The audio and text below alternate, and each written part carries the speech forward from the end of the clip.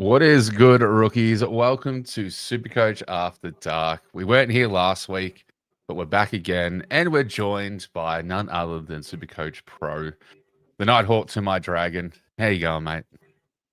Yeah, good, thanks. In for a good sesh. What about yourself? How you going? Oh, yeah, it's just been that week, hasn't it? Where there's just a lot of chaos, and the chaos continues, and it doesn't feel like it's ever going to stop. But, I mean, hey, we're all on the ride, so worst case is we all cry together. True. Very true. We're going to get through some early comments from Daniel, who popped in a while before we were going live, saying that he wished he stuck with his gut and didn't go Simpson. I just went Callahan and Martin. That Barton would have been a good pick up. Instead, he got Dunkley and sideways Huswaite to Simpson. Came for the episode. Says it's a shocking week. All red arrows. Yep. And hope you're well, Daniel, as well. Been a rough week for us all, Daniel. So I think we're all feeling a little bit of the pain. But some people are smart. And when I say some, I mean like Brad that looped Simpson. What made you want to loop Simpson? Because I could do that. Simply with Cleary or Hewitt would be the spare that could go there. So I had a free hit at it, and that was the only whip I could really use in the forward line. So who's to say that that he wasn't a trap? Like there's a comment below saying that, but it's impossible to call someone a trap with an injury at the first 5 minutes of a game. But yeah, lucky I whipped him, but it won't count for anyone anyway because of the flex position. Well, yeah, that's the hope though. I mean, I think the common thing that I've seen is now people are stuck with a trainer score if they had trainer on field. Oh, yuck. Yep. So that's the unfortunate part there. Daniel asked how you're going, Brad. So outside of Supercoach, everything going good. Obviously, for those that were here a few weeks ago now, we spoke about your run. You did your run last weekend as well? Yeah, I did my run. Everything was a lot better than it was a couple of weeks ago. Did the 6K run I won't give away the times until I actually get my little time trial.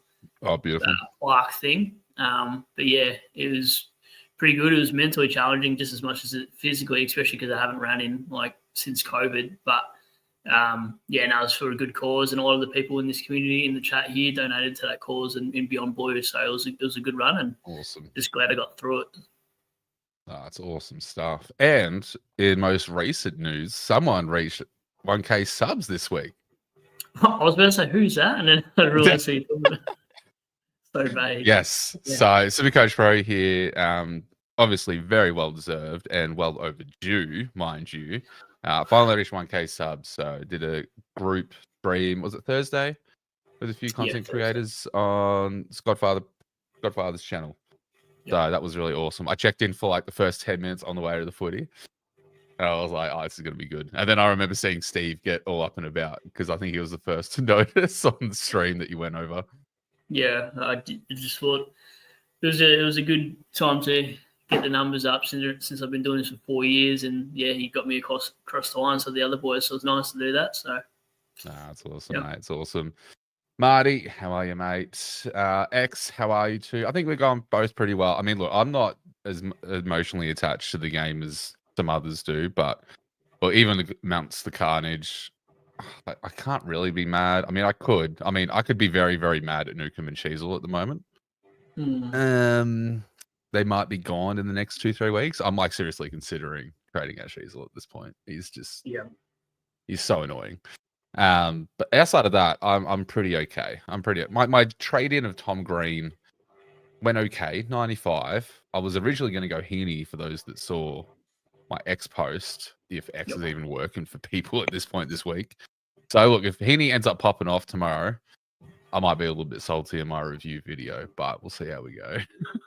Yeah, fair. I think the thing you touch on Sheezel is the role looks to be dead. We know it's a week-to-week given thing with Clarko, but he's only going to be 520K, just under that. So there's nothing you can really do with that money unless you're going to be spicy. But yeah, it's weird. I might even look at maybe a Gorn, Sheezel, and a rookie to 500K primos. I don't know, something weird. If I don't know. That's dirty. See, I've seen a few people talk about chopping up Gorn. I'm like, That's cheeky. Jack, welcome in, mate. Bolton, he wants to cry. Had such a good mood after the Lions game. Yeah, I mean, look, I know there's going to be a few people talking about Simpson and talking about Bolton. I think they were the most popular trade-ins for this week. Simpson is just pure bad luck. There's literally nothing that can be done. He was always the right rookie trade-in my opinion, at least, given the break even. He was always fieldable, just given the defensive role as well, I imagine. Mm. And then to have that injury so early, it's just unlucky. Like, Yeah. do you have any counter arguments to people that traded in Simpson and decided to field him as well? Not really. Like, you can't foresee any of those injuries. Like, the role was there. We saw it the last 2 weeks. Like, it was a very Supercoach friendly role. I think, like, a lot of these things, people are just unlucky in this sense. And Bolton, the way I assessed his game the first quarter, he just so much could be moments, and then he copped a bit of a niggle. That slowed him down right down. Then he had a better second quarter, but the scaling was already a little bit gone from him, just the way the game was played out. And then he kicked that late goal, which gave him some nice points. But I was actually pretty impressed with his third and fourth quarter. Like, normally the Bolton of old, when he played for Richmond, he'd give up. If he had a slow start, you wouldn't see him for the rest of the game. This Bolton seems a little bit hungrier to get around the ball. The positioning wasn't great at times, because when he was pulling up a little bit sore, he'd play deep forward. But he got enough CBAs and enough touches around the ground to move high up the ground for me not to be worried. It just means I've got to probably hold him for a few more weeks than I'd like to. I don't view him as a keeper whatsoever after seeing what he dished out, but I certainly see him as a cash cow at some point. And that was my initial plan anyway, to get him to 550. I just think it might have to happen after that North Melbourne game. But Bolton finishing on 73, considering he was sitting on about like less than 10 points a quarter time. And I'm not really a stat man to watch that bullshit on Footy Fan, but I had to have a look when you trade in a new player. So to get 63 points in 3 quarters, roughly, I'm okay with that so far for the value. Like, if we're talking just 500k, it would have been a really bad move. But for 430, you get what you pay for. Yeah, and that's right. And I think that was also the saving grace that we had with Bolton as well, is that at worst, he's going to make cash and hopefully gives you a 3-week turnaround, some buy coverage, to the end of the buys, and then you flip him into a bond or something like that. So it just might seem like he's definitely that cash play now rather than a keeper. Yeah. But again, he could come out next week and go absolutely nuts. And then everyone's opinion changes. Like, it's just how it goes, unfortunately. X traded in Dacos to get outscored by Mr. Netty Long. What a game he had. That reminded me, I traded him out 2 weeks ago. I mean, I'll remind you just briefly. I don't want to rub salt into it, but a 134. A 134 in Supercoach from someone who was 280k. Talk about an absolute miss on my part. At least you had him for a little bit. Yeah, I used his cash. I can't remember what I used it for, but it's like I've had a lot of the right guys, but just sold them at the wrong times. Like, I didn't even get Pep up to 400k, not even close. But what do you do? That's what I mean. And like, it is so easy to look at players you don't have in your team and kind of go, oh, that would have been nice. That would have been nice. And then look at your players like a Sheezel in your team that are like absolutely shit in the bed. And you're like, yeah, this stings. But look, at the end of the day, we got 23 slots. Can't have everyone. Yep. You kind of had logic when you made your trades based on the data available and whatever have you. It just sometimes it just doesn't work in your favor, unfortunately. But a nice turnaround for those that did hold. I kind of got forced to hold the little helmet. He's actually, since Sheezel has kind of shit the bed with that half forward role, looks like Daniel's now back to why we wanted him in the first place. Yeah, I definitely agree. I don't think I was ever keen on selling him, if you remember anyway. I'm not getting on a high horse, but I just didn't think it was valid considering we knew he'd take kickouts and he had one poor game against Brisbane. The opposition for me was the takeaway. If it was like an easier side than Brisbane, I would have been like, yeah, okay, maybe there's something here. But considering the opposition, I wasn't too worried. And he broke his nose that game as well, and his time on ground was pretty low because of that. So I think Daniel's just one of the guys that round 12 buy, let's get rid of him. He had a 50, let's be reactionary. As we are in Supercoach, we're pretty reactionary. I am too. But yeah, I mean, there was no money on his head to do anything spicy with it. And if you did, you went like a Petrarca or something anyway. It didn't really matter. Yeah, and look, that's how it all kind of pans out. Hey, is we're all ready to pretty much jump ship off Daniel, and then the carnage kind of happened with like TDK and all this sort of stuff and buy corrections. And now it looks like Sheezel's probably the better trade out than a Daniel at this point. Yeah, I'd agree.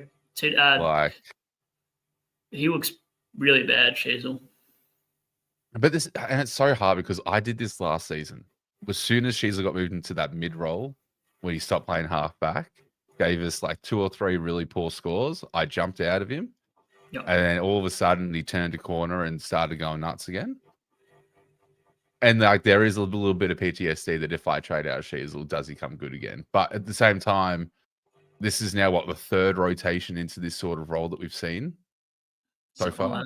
Yeah. Like Clarko doesn't know what he's doing, and I'd be happy to let him go at this point. This week was the week to get rid of him at 570. Now he's going to be like 518. So a nice like I had a few plays where he was out of my team this week too. So I'm like, I saw the break even. I was like, oh, this could work well in my favor. I'll hold on to like McRae, move Sheezel, and I'll miss Simpson, for example. And then I'll just do 2 sidewaysy things, which you should never do. Don't want to sideways. It was just probably why I didn't want to do it. But I thought because I saw the high break even, I'm like, oh, this roll's going to absolutely kill him if it sticks. Should I just move off him now? And like hindsight's always the fun thing in Supercoach, but what could have been, should have been, definitely hasn't been. Marty never thought taking a Merit VC would be a risk and looked like a bad idea at halftime, but thankfully Sherry fell asleep.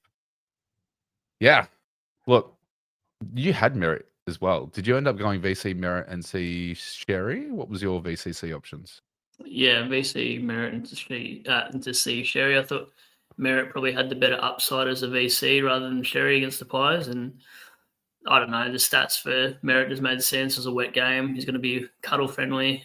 He's playing Richmond, no name Curvis. There's so many factors to that I saw that something like 4,500 coaches had only VC'd him. So I wanted to get a bit of a leg up, and I thought everyone's going to go Sherry into Gorn, so why not get Merit because he plays my Tigs? And yeah, again, I thought probably Sherry was going to be capped at around 130. I didn't see him having a huge first half. I thought, oh, wow, I undersold that. But then he had a slow second half, and I thought, okay, I was actually right on the money with that. But Merit was a little bit of a gift considering what he's been pulling out of his ass at the moment. So, well, it's kind of like you guys were kind of due for this after the last 2 performances. You were due for him to kind of go nuts.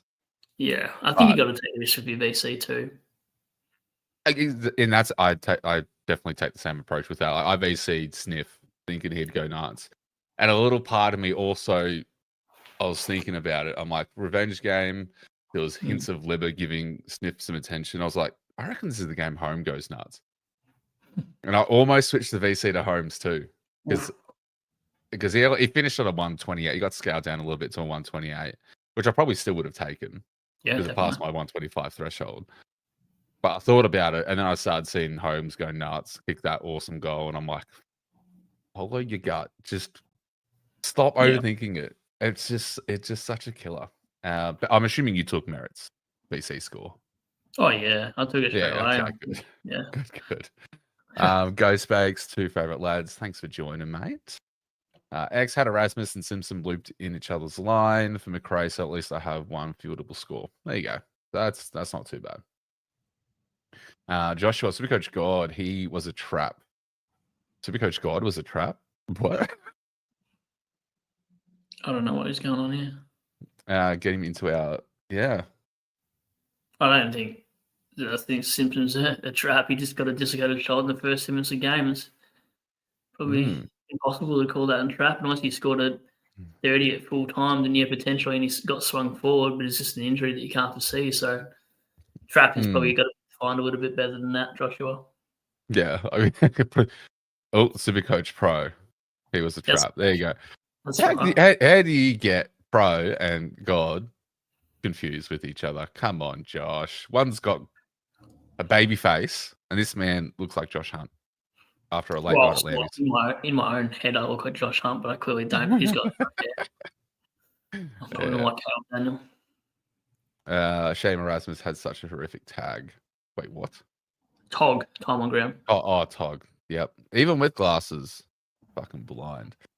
Luke Simpson with Hewitt, very nice. Scott Martin along, happy with how I'm sitting. Sounds like you're going to have a nice week, Stuart.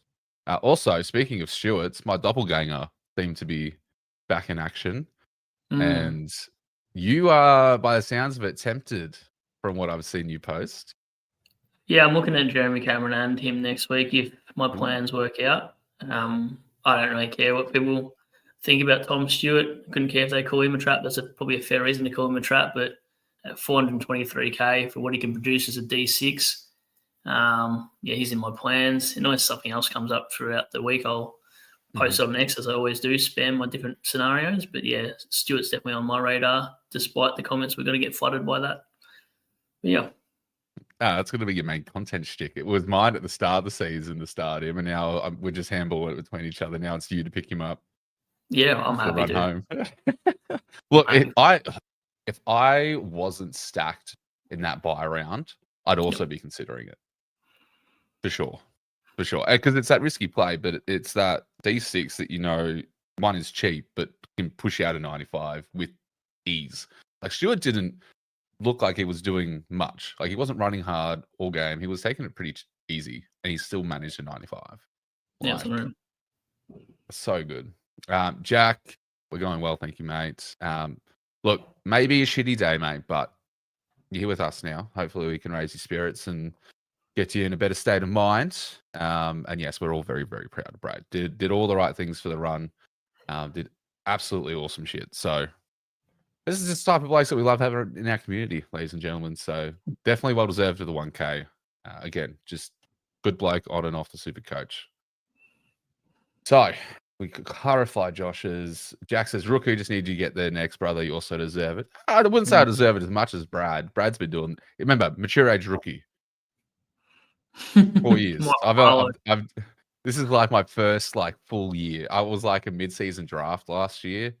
Maybe did content for half the season. This year it's like my full debut season. So I'm more than happy to earn my stripes, so to speak. I remember because I contacted you towards the end of the year and I seen your stuff, and I found out you were a Geelong lad as well. So I met up with you last year. We had a bit of a kick at the footy, and I was wondering if you're going to continue because I knew you started halfway through the year.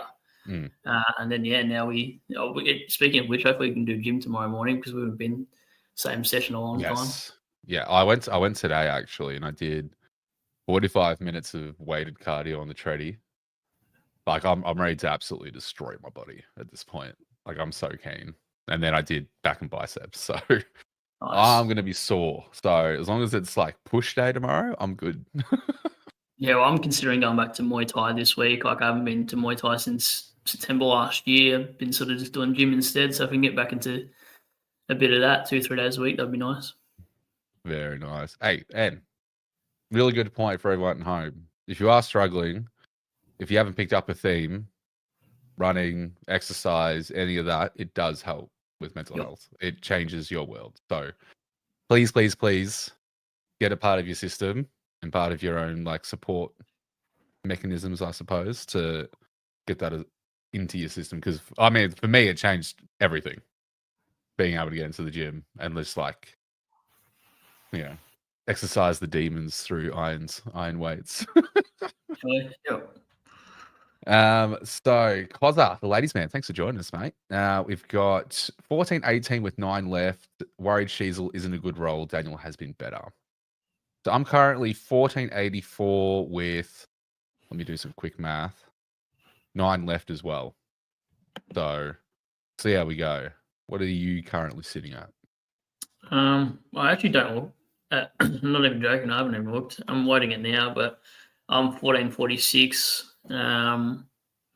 I've had 12 players play so far. Oh, that's sitting pretty.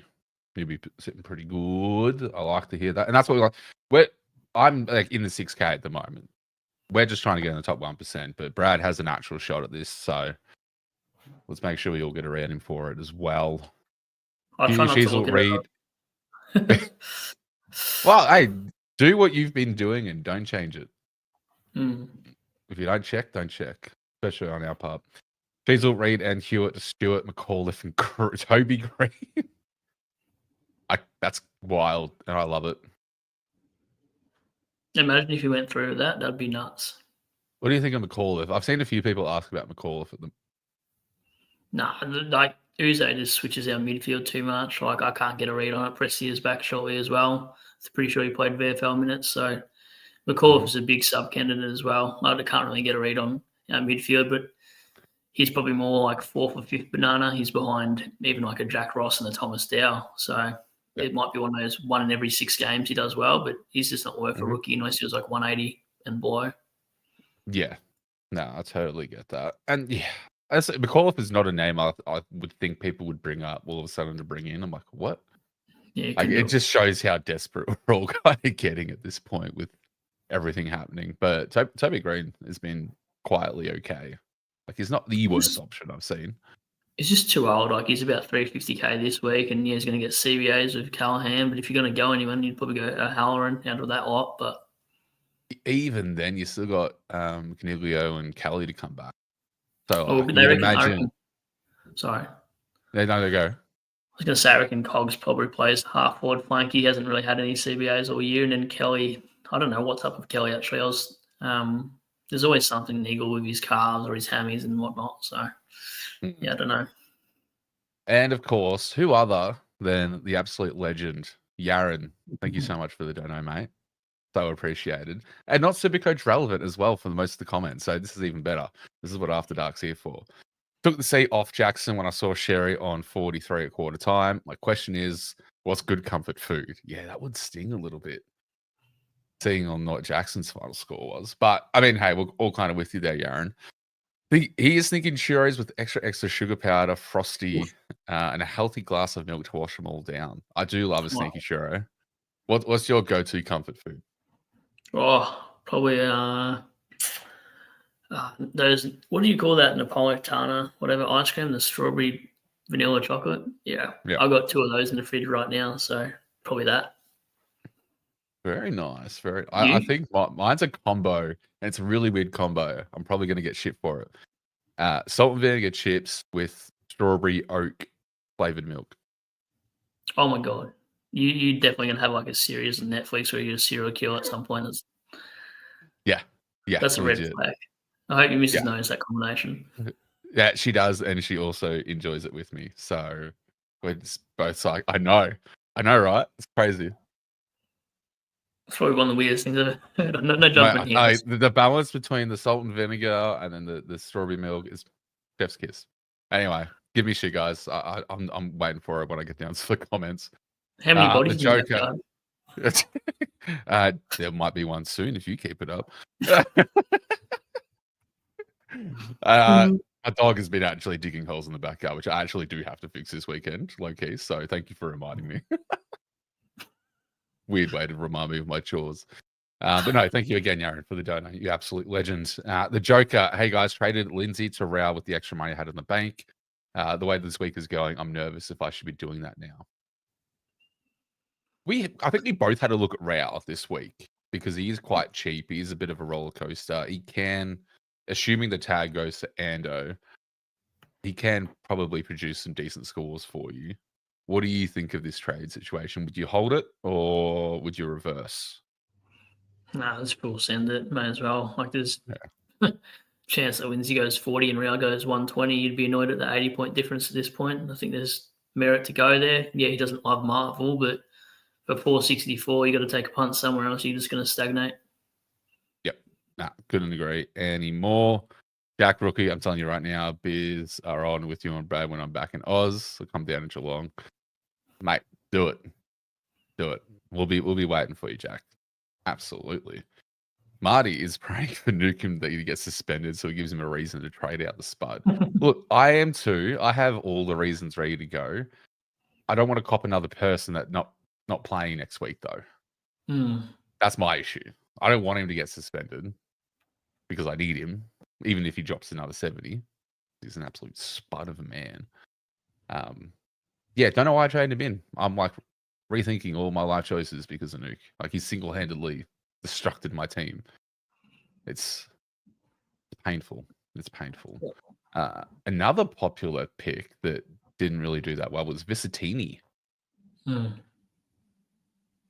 Did you consider him at all this week?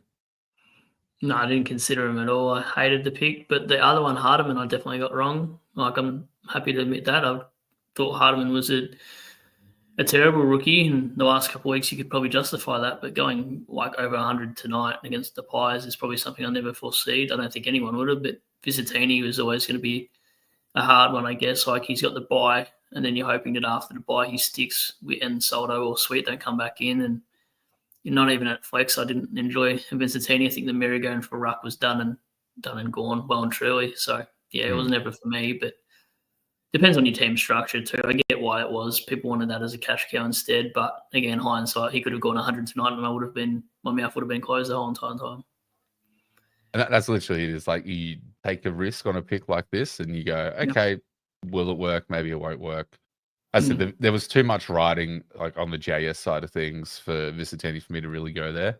But for Hardiman, there was nothing really telling us that he was going to go 100. Like his previous scores, his highest he got to was a 76, and he went 45 against Richmond. Like there's nothing screaming that he's a ton rookie that can even reach those heights. So for those that got there just because they were limited on options, awesome. Like that's just really good for you. But I don't really think we missed anything. It's just that hindsight thing. Yeah. X would rather eat his own toes than watch another game of Sweet or Viz in the ruck. Yeah, just don't watch Port Adelaide. That's simple. I have a reason to watch North Melbourne now because I got Sherry. I don't know how I feel about that one. I can't believe I paid $6.80 for him a couple of weeks ago. Yeah, things we do. Hey, bring back Ryder. Yeah. Take Sherry VC, or should I roll with the dice on Dawson? Take it. I take it.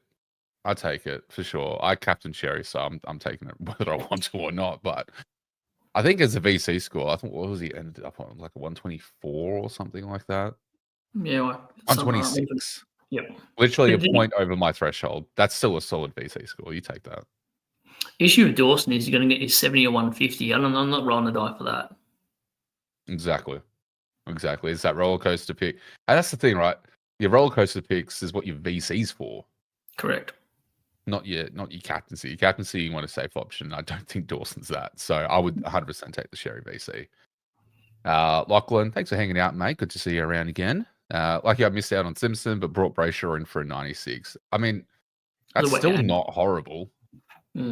Like we can't expect Brayshaw to be maintaining the scores that he was. Like he was always down to have some quiet patches, and the quiet patches could be a lot worse than a 96, to be honest. And he's been copping tags the last 2 weeks as well. You got to remember that. Like it's like this is the reason why we don't pay up for midfielders in particular, because they're going to get tagged at some point, and the game was pissing down. Like, what do you expect? They can't use the ball cleanly either in that sort of weather, and all the players in that game actually scored pretty poorly. So it's nothing too bad. Like long term for Brayshaw, he's going to be a great pick for locking. Yeah, 100%. Dakota Legends projected at 2680. Nice projection. Mostly thanks to Ned Long, Jacko, Richards, Neil, and Zeret VC. Very solid, mate. How good has Richards been? The Ranger himself. I keep sending you that meme, the look at us meme. I know. Look at us. I know. And it's kind of like vindication because it was at that low percentage ownership at the start is those really risky ones where it's like, okay, there's not a lot of people on this. So if he really like loses the role or just has poor scoring, like we're behind massively. But it's thankfully worked out in a favor where it puts us ahead in most cases, especially for yourself in your position as well, like that 140. And so the merit and the merit bloody 150. They're two pods in the top 100 as well, so they're going to help me. Yeah, it's hard to see green arrows now. They're at 43. Like you're just waiting for a red arrow. Yeah. Oh, look, I mean, you avoided the 0-1 field in Simpson, which is awesome. So what's your next? Like, what's your current lowest score that you've got on field? Bolton. Hey, that as a 70 score, that's pretty good. Yeah. Who's in your flex? Ryan Marshall. So who's Marshall got this week? He's got Wits. People imagine he'd still do okay. Yeah, I'm not worried because he gets his points from around the field. He doesn't necessarily just get it from ruck contests. And Witts has been rested like 2 months into footy. It tells you what sort of tank he's had the last couple of years. They did it to him last year. Moyle was playing for a couple of games. Yep. Like people worried about Witts, but I don't care. Watch Marshall go 130, or he does a 70, and I'll hear about it next week. That's fine too. I mean, you can hear about it, but people are going to remember you made the trade before anyone else did, and it's just put you ahead. Because you did the trade before TDK went down with Larrix. You did the trade before anyone did, and you were able to capitalize on some really good scores from him too. And Marshall's now more expensive than TDK too. And TDK dropped an 80 today. He didn't look that great. I reckon he pulled up a little bit sore for sure. Yeah, for sure. And I think TDK got an 80, I think. Yeah, he did, yep. Yeah. So it's one of those, if you held, you still take it because an 80 is not the worst case. But no, it's Romo should be good for you though. You'll do well. You'll do very well. Alrighty. Before we jump into the next one, guys, make sure if you are hanging out with us, thank you so much for joining us first and foremost. But make sure you leave a like on the screen. Make sure you sub to both myself and Brad, who's now got over 1K again. Just so good. It's just such a good ring to it. Supercoach Pro, 1K subscribers. Just rolls off the tongue. It does feel nice, definitely does. Like just because all the hard work you put into it, as you know as well, and like you drop so many videos and live streams and stuff. It's just nice to be acknowledged by the community. For sure, and well deserved. Like again, we're doing it for 4 years now, so about goddamn time. Ghost Sheezel is a legit problem now. Last 2 scores below 80 against teams that aren't restrictive. Does he have to go even to a Stewart to get some sort of cash out of him? I don't mind Sheezel Stewart, to be honest, at this rate. Yeah, you're only going to make 80K out of it, though, I think. Yeah, you're not going to make too much cash, but if that allows you to then like get a top liner. Well, maybe you won't. Maybe you actually make 95.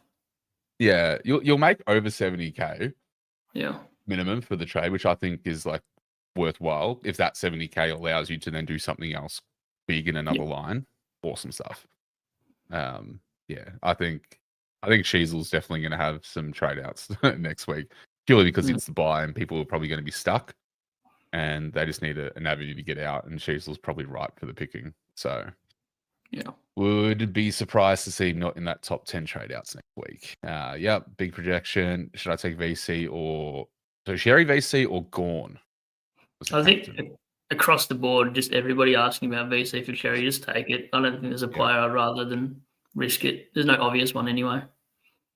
Yeah, and the thing with Gorn is that the projection's not reasonable at all. Gorn's actually Grundy's actually washed Gorn in the last 2 matchups.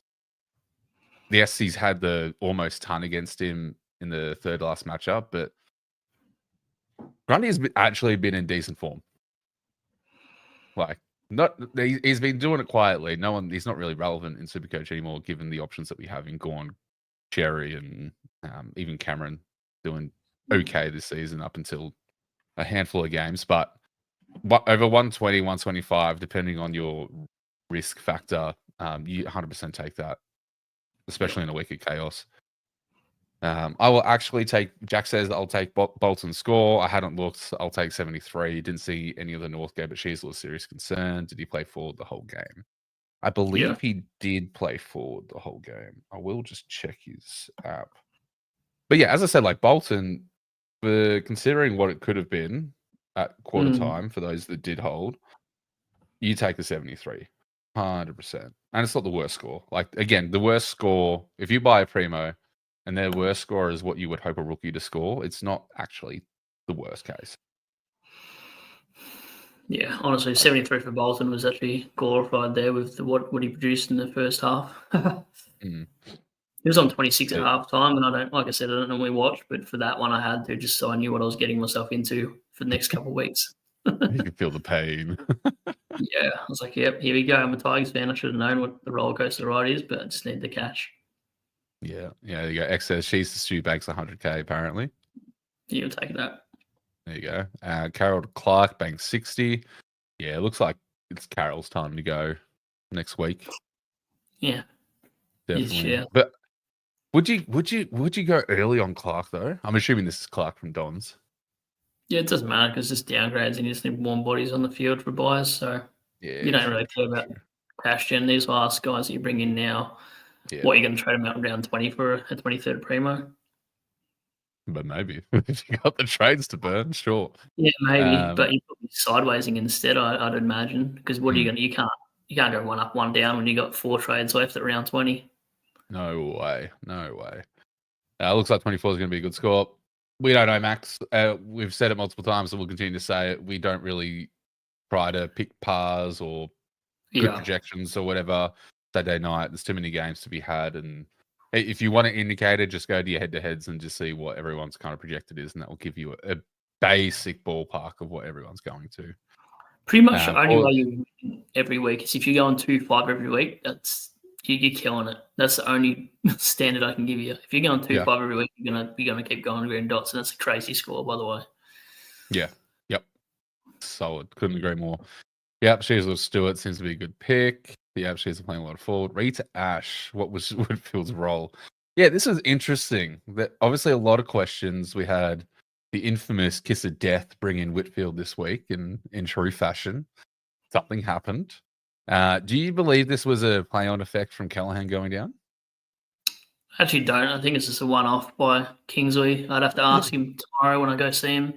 Yep. I don't think it'll stick. And mate, he played 80, and that was a half forward flank role. I've got no issue. If that's his four, like you said in the chat a little while ago, there's nothing to worry about. I'm only worried if he's scoring a 60 out of that, but I just think he's going to be top 3 anyway. It might just be a once-off. But I mean, if it's the next 2 or 3 weeks sticking, yeah, then there's a little bit of a concern. But even when Finn comes back in 3 to 4 weeks, he's going to get his role back when everyone's trading him out. So he probably just ride the storm and know that Whitfield's going to have a few downers, but it'll be in the best 18, so it won't matter as much as what you'd think.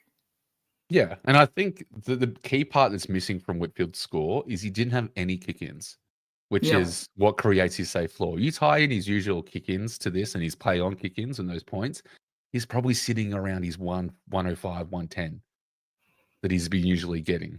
You know, there's probably about 15 points that are up for grabs from his kick-ins, 15 to 20 points from his kick-ins alone with how many he does in these play-ons.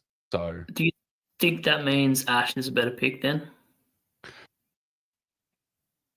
I was talking to our good mate JG before the game because he was undecided on going green or ash because of the run. And he didn't have Whitfield. I thought that Ash would be a great pickup if he didn't have Whitfield because it seems like Ash is less prone to be moved around like Whitfield. Agreed. So I don't know. I mean, if you haven't got Whitfield, I'd probably, go Ash instead because Whitfield will now have this run of break evens to go through to bottom out in price. Yep. You know, so I still don't mind getting Ash. It also Like depends if Whitfield bottoms out at 500k, you're going to take it anyway. 100%. He bottoms out at 530, you're grabbing him. Like, oh yeah, there's no way if he drops under 550, you buy him no matter what at this point. Because it's an anomaly what happened today. 0 kick-ins for arguably D1.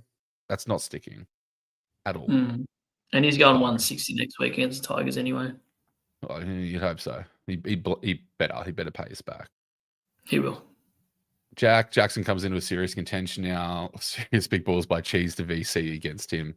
Very impressive. Yeah, so I would have totally gone the Jackson pick. However, I don't like the dance and the throw to Shrek every week. Yeah, that's my thought too as well with that. Yeah, and that's ultimately why I didn't go there. Is because I don't want to have to keep checking the injury sheet, checking to see that Shrek's a test every week.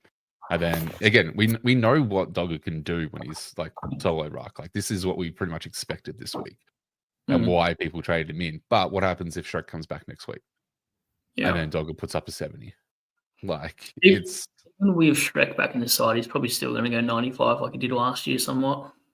Yeah, I still think at worst, if you got Jackson, he's probably a very contendable F5, F6, if not a loop, if he's struggling. Like it's not the worst trade-ins, but good job for anyone that traded him in. Deserved that score. Inside Fantasy Sports, Ripper Blokes right here. I do believe this is horse behind the account, so Thanks for tuning in, mate. Yeah, Horse obviously did some, for those that do know the boys over at Insight, Horse and Deadly did some commentating for NBL ones tonight for Bendigo Braves. So if you're a basketball fan, go check them out for their commentary. It was quite entertaining. So Deadly did a good job. I mean, I had to follow on my shoes from last week, but I think he outperformed me. So you'll have to go let me know what you guys think about that one. Again, another projection. Yeah, look, projections are hard, guys. Projections are hard. Don't read into them. Speaking of Horse, geez, who have we got here? Who's behind Insight? Who's behind Horse? Horse, are you running your burner account as well? Come on now. Categorically, Cheese. Yep. Cheese loves that word, categorically. I'm surprised Cheese isn't in here. It is a Legends convention. Zach looks like he'll be playing halfback. Had the VC on him. Looks good. Brad like him there. I didn't realise he's playing halfback. Are you talking about, obviously you're talking about Merritt, but I was at work. I was at work when this game played, so I'm glad he was doing that because the last couple of weeks he's been starting as a half forward, pushing up into stoppages, and I've been hating that. Yeah, and that's the thing. That's like the low scores there, but it's good to see him behind. Like you much prefer him behind the ball. Oh yeah, especially with his vision and his like kicking ability. It makes so much more sense, and it's like very much the same argument for Dawson. These sort of players you want behind the ball, not in front of it. Agreed. Ned Long stonks. Yes, Scoobs did want me to say Ned Long stonkies. Scoobs is on another cloud 9 with that fucking Ned Long pick. I swear to God. Excellent place to drop and trade. Yeah, all viable options, mate. It's going to be really interesting to see how people navigate next week, being the first of bye rounds. Again, McLovin, we would love to tell you, yes, you're safe, but we don't know. Too early to tell. And now Hooley, fucking Dons. What are the Dons doing with their like health team and their risk and injury management? Like apparently Hooley's done a bloody hammy in the VFL now. Good luck for people trying to field best 18. That's what I'm saying. Of all these rookies dying, like Simpson and Hooley, and you haven't traded out McRae and Finn and Horn Francis, and you've got all these other rookies. Oh, good luck with not trying to get through the first couple of buys at least. Stop talking to me. Sorry. It's all right. I'm gonna cry. Nick Martin 163. Yeah, he was a pretty common trade in and like flip for like a Horn Francis or McRae this week as well. He's been looking pretty good. 163 is massive, and we know he's had it in him too. Yeah. What's he got next week? Essendon got Brisbane. It'll be interesting to see what the opposite end looks like when they have a tough opponent in Brisbane. 80. Ooh, I'll give him a 93. Just be weird. Darren Cash and stuff. Mills Shield will be popular trade-ins next couple of weeks. Oh yeah, Mills is going to finish our teams. D6. Yeah, literally. Him and Coleman D7. Yeah, I'm literally going to go Roberts down to Mills and just forget about it. Yep. Zach Reed VC was looking like a master stroke for a solid hour. Why are you? I have so many questions, mate. Confused me there. If that would have been a really good shout if he didn't get injured. I don't know if he's taking a Mickey or not. I believe I actually have seen evidence of this on Twitter. A screenshot of a Reed VC. So if that was you, mate. Gahonas also said he loves Krispy Kremes for his comfort food. Sweet listening to Blue supporters crying on 3AW and bagging up Voss. That's almost every week, isn't it, though? Let's be honest. That is Carlton. I mean, look, I think the Sheezel thing will come up a fair bit. I believe that Sheezel is a perfect trade candidate for next week. Yeah, I'm off it now. Like last week, I said not to worry, and I got reminded by Cheese this week about that comment. So now I'm eating my own words again. Maybe we should worry. Yeah.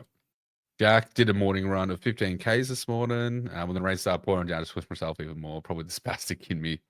I love it. That's good. I need to get into running. I need to do it. X wants to know your thoughts on Caleb Smith. Brad? Good looking bloke. Not good for Supercoach. I don't. Like when Jaden Short comes back, he's out of that role, and Smith is a sub candidate to be subbed on generally, not really. Yeah, I don't know. I don't really see it as a viable option. Unless you see a Richmond rookie brought into my side Supercoach wise, then yeah, sure, jump on. But if I've never talked about him whatsoever, then probably don't bother. I wouldn't do it. Josh says, Brad saved me from bringing in Simpson. Instead, I brought in Tom Green. Nice. Yeah.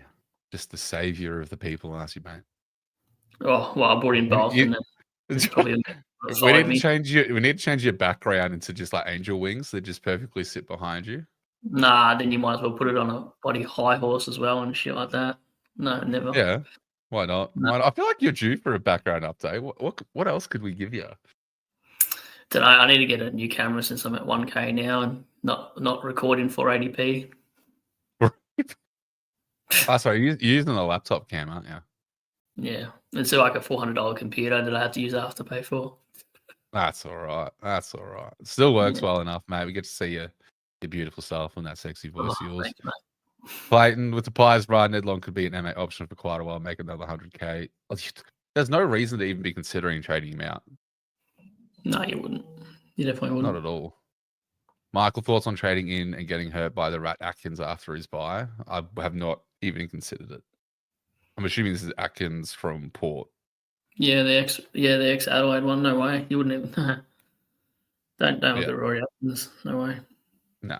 Again, if you have a Sherry VC, take it. Lockie, solid mate. Scott, hey boys, Dawson or Gawn for captain tomorrow. Hope you're doing better than I am. I mean, maybe we are, maybe we're not. Dawson or Gawn though? Probably Gawn. Yeah, probably Gawn. Probably Gawn. I mean, if you want to be risky, go Dawson. Just understand there is a 50% chance you're going to cop a 75 if he's a butcher. It also depends what your score's like. If you're already sitting pretty, then you can probably risk a Dawson. But if you're the opposite and you need just comfort to get yourself over a 2-3 iron, then yeah, you're probably doing the conservative approach. It doesn't really matter either way. Like I think Dawson goes 130 anyway, and I think Gawn does about the same. I just think there's more upside to Dawson, but more risk to Dawson. I don't know. Yeah, I definitely agree. Stress out on the Dawson thing, even though it's West Coast. I think like worst case, Gawn's floor against Grundy is probably within the 90s, and you never know. Gawn could have a big game against Grundy like he has before and get you a nice score. Whereas nothing really needs to change for Dawson to be a butcher other than himself. Yeah, literally. He just ties his laces wrong and Bob's your uncle. Jack loves a cheeky HSP after a night out. That's a great shout. I forgot about great shout. HSPs are dirty. I love them so much.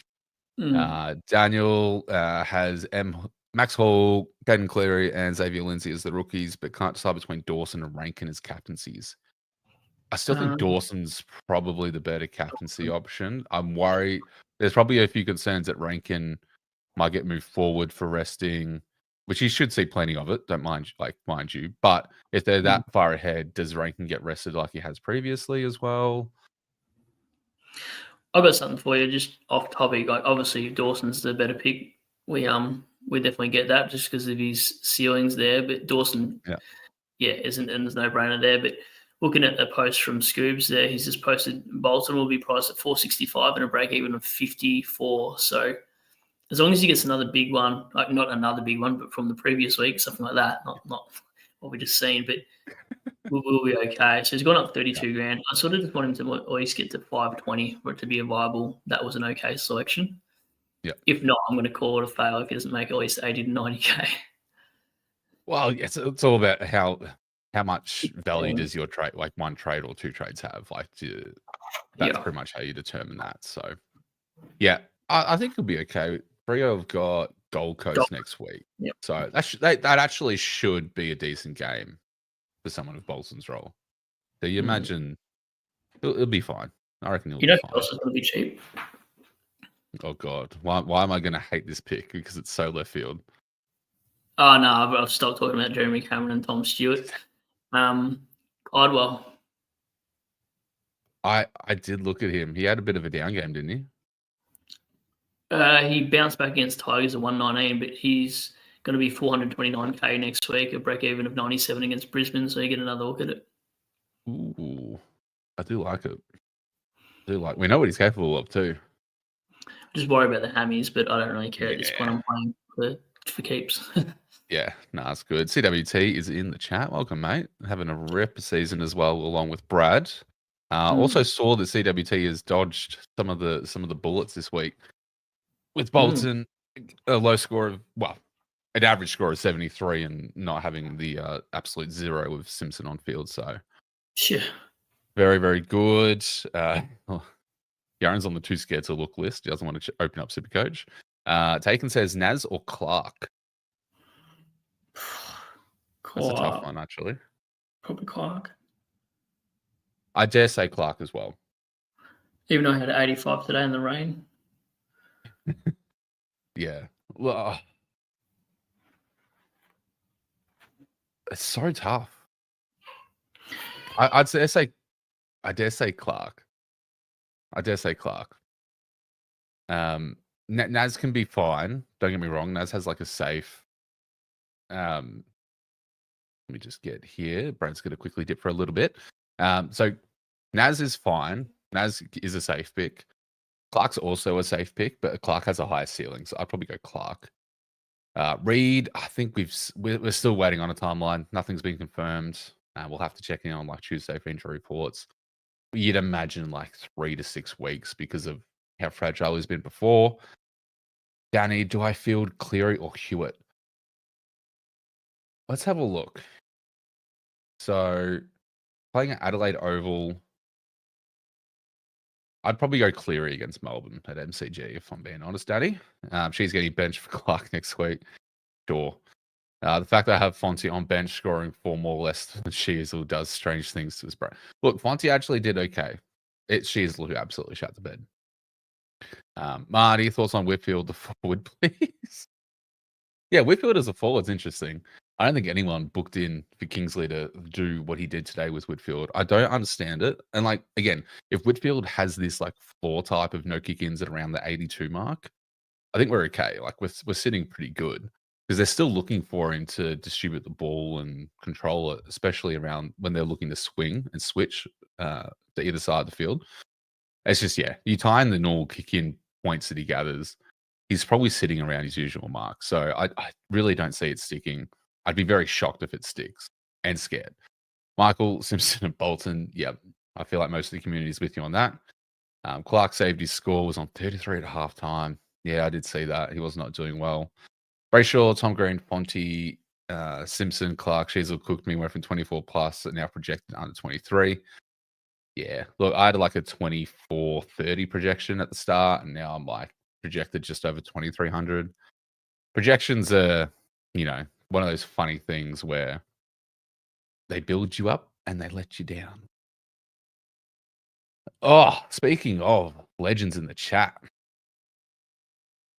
we're going to get another legend back in here. Welcome back. Yo. I'll be perfect.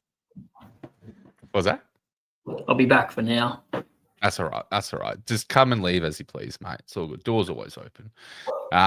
Luke Jackson, have me take me home. Yeah, I don't blame him. He's probably got his pants down right now. Yeah, put the tissues away. Please put the tissues away. All on field. Yep, that's, again, a lot of people are feeling your knack with that. So, yep. X, weatherman projects 2% chance of rain from my tears after it drops to 45. If Marvel had the roof open and it was a wet game, I'd be bringing in Rao this week. I actually reckon Rao will do it right tomorrow. Do you know reckon he gets tagged? I reckon they go. Do you think they go Rao after Anderson's performance last week? I don't know. Ross is always a little bit left field sometimes with his strategies. Well, that's true. It'd be interesting to see what happens. Oh, can they even afford to tag without McRae? Like, I feel like they might have to move things around. Maybe not have the versatility to tag. They still will, but remember how they went McCluggage instead with the Lions or something like that? Yeah, that's true. They're so weird. I don't know. They might even go to Took Miller just because they can. Yeah, well, me and Brad were both talking about bringing in Took Miller this week because he's just been super consistent. He's that safe pod which are hard to find these days. But if he tags Tuke Miller and puts him down to like a 60 score, Ooh. man, just imagine. Anyway, comfort food, decaf coffee, and chocolate chip cookie. Willow, no offense, but why are you drinking decaf coffee? It's like drinking a non-alcoholic beer at this point. It's literally just grabbing a 0% beer. Yeah, that's what I'm talking about. Yeah, sorry, I'm not uneducated. That's exactly what I meant. That's what the chocolate look, cookie though. Yeah. Yeah. Question is though, with your chocolate chip cookies, are you having them as is, or are you putting them in the microwave for a little bit? Having them raw. That's the only way I know how. That's why you're in the position you are with a newborn, mate. Yeah.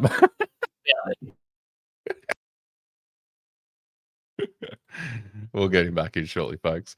Do you think Boxall will avoid the sub vest? I actually don't know this. So I have Moraes on my bench with a 55, and now I can loop him with either Lindsay or Boxall. I don't trust Ross at the moment because Boxall's been subbed out before. He may not start as the sub, but depending who is, let's have a look. I'm going to quickly get the teams up. Let's look at this together. Where are we?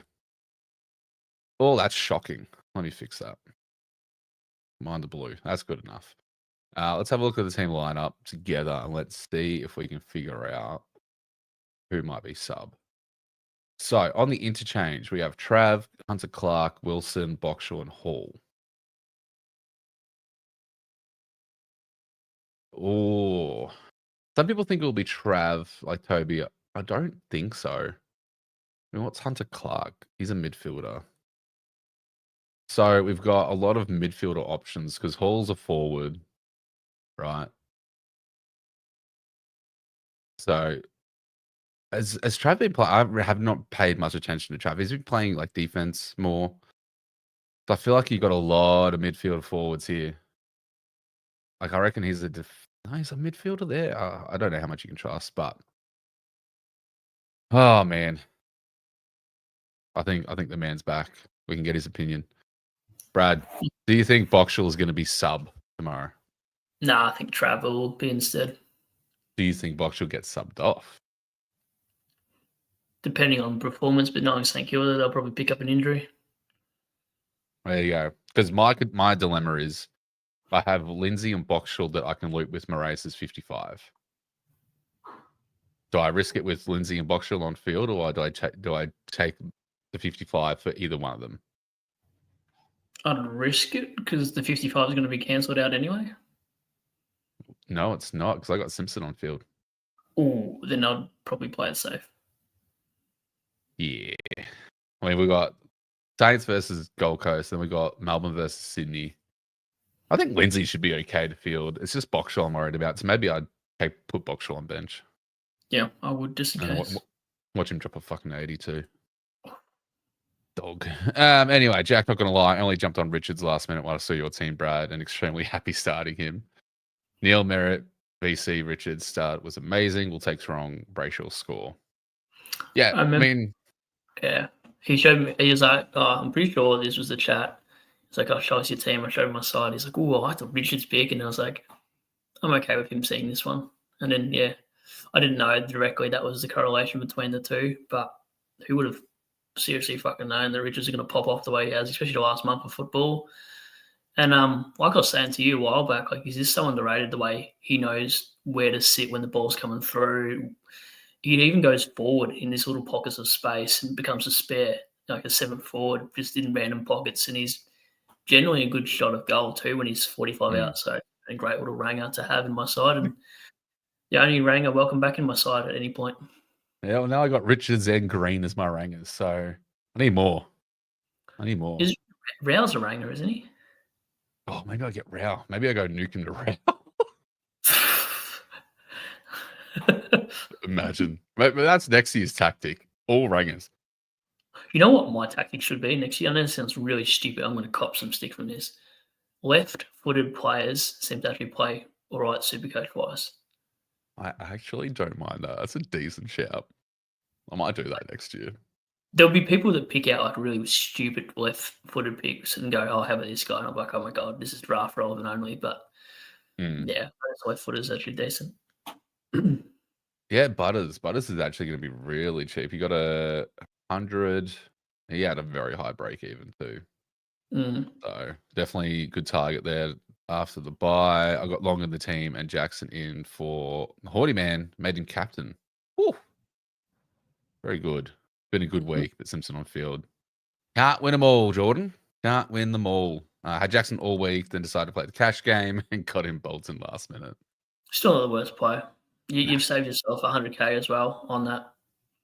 Yeah, and then we have the opposite where we had someone that bolted in and then switched to Jackson. Surely Darcy doesn't come straight back in. Jackson was way too dominant. Well, I mean, given the win that Freo had too, like almost doubled Port, I don't know why he would want to change anything. Vicentini's getting dropped after that too, for sure. Oh, yeah.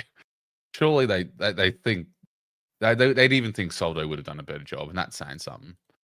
Soldo's trash. And we traded him for a second pick. Yeah.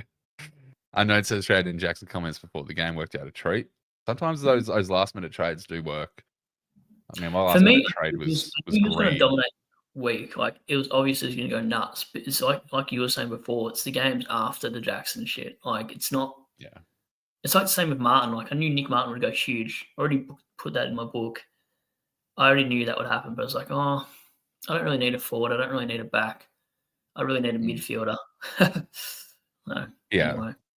And that's like the different approach to some of these things as well, is like sometimes you do pick a player and you only want them for that sugar hit of like that week or the next 2 weeks.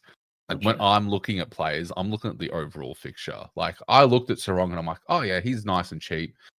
Could be a tag target. And then I just don't really like the run home. I don't like the threats on the run home. So that's why I haven't gotten him. Whereas Green, like, yeah, he had Hewitt on his ass all game, really, and he's still got a 95. He'll go nuts next week against Richmond. Shewitt's finally got a 66 too. That's why he's not here.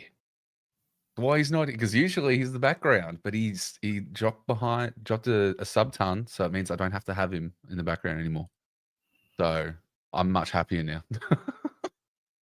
It's a vindication for me, even though it took 11 rounds. Ridiculous. Moment of silence of Zach Reid, Rookie of the Year. Yeah.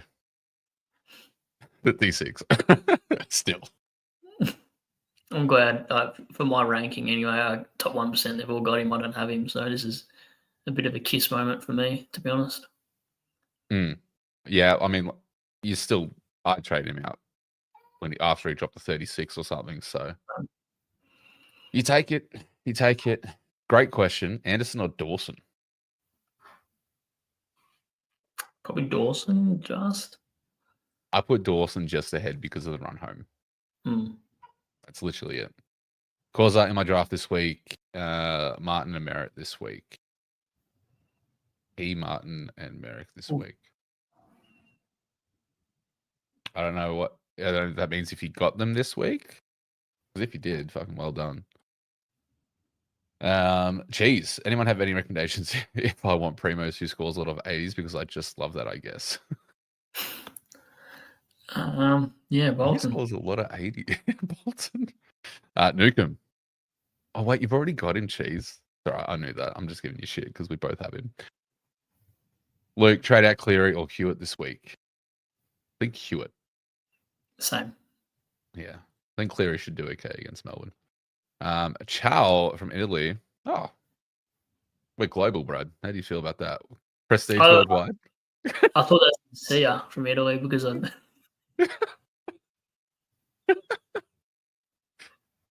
saw the Italy thing, and then we have our Nighthawk and Dragon reference, which is from Step Brothers, and then it's worldwide. It's Prestige worldwide, mate. It is. Gonna have to rename the stream now. Should I field Boxall or Gross? Unfortunately, with the time difference, I won't be able to check who's sub for the West Coast game. Oh. Do we got West Coast supporters still in the chat? Maybe they can let us know what they think of Gross. Yeah. I probably. What do you think? Give me your thoughts first. I just think Gross, like his points per minute, even if he does come on, is going to be probably better than Box Show if he comes on. That's I the was points going to per minute say, for Gross. yeah, I was going to say something along the same lines. Is that if Gross is given the game, he will go much better than Boxall. So I reckon take the risk. Take the risk with Gross. I mean, you really, if both have an untouched vest game, I would put Gross ahead of Boxall. Yep. So I would trade it on that. James, my season's so overboard in Whitfield and Bolton this week. Still not the worst trade-ins. Oh, season's never over. Nah. See, definitely not over. Cheese, rookie, put you on the spotlight. Oh, thanks, mate. Carl Amon, Josh Dacos, or Lockie Ash. Now, me and Cheese had a decent little chat today about some super pods. And I noticed, Cheese, that you only send them to me. I don't know if you send them to anyone else, but you don't put it in the group chat. So I know you're scared. I still love Amon out of this. I'm probably Ash, Amon, then probably Ash, Dacos, then Amon. There you go. I'll probably go. What did Dacos actually score? 90. 90. Yeah, that's around the mark. Yeah, I'd probably go. Yeah, Dacos is probably last. I think you can take your pick out of Ash and Amon. I think Amon does well, but it has quiet patches in the game, whereas Ash, I feel, is a lot more consistent. And we've seen the ceiling of Ash as well. Like, I think it's a pretty safe floor. Amon's a bit of a roller coaster. Everyone trade. Yes, everyone trade. That's right, Willow. JCR last minute cancelled Simpson for Real. Don't know if I won yet. I mean, even if Real scores a 45, that's an extra 45 you didn't have. So, yeah, I agree. And unless Real goes, he's dead. He's a dead rook. So I think he won even without Real playing it. Butters 587k with a 193 break even. Butters going to be cheap. Ghost Blake's got 260 in the bank for next week. If I went Sheezel to Stewart, I have about 340 to upgrade Reed or either Cleary or Lindsay. One of which will be Tom Green. What do we think? I think that's definitely solid if you want to go down that route and you haven't got a stacked team in round 16. Green against Richmond's definitely a great pickup.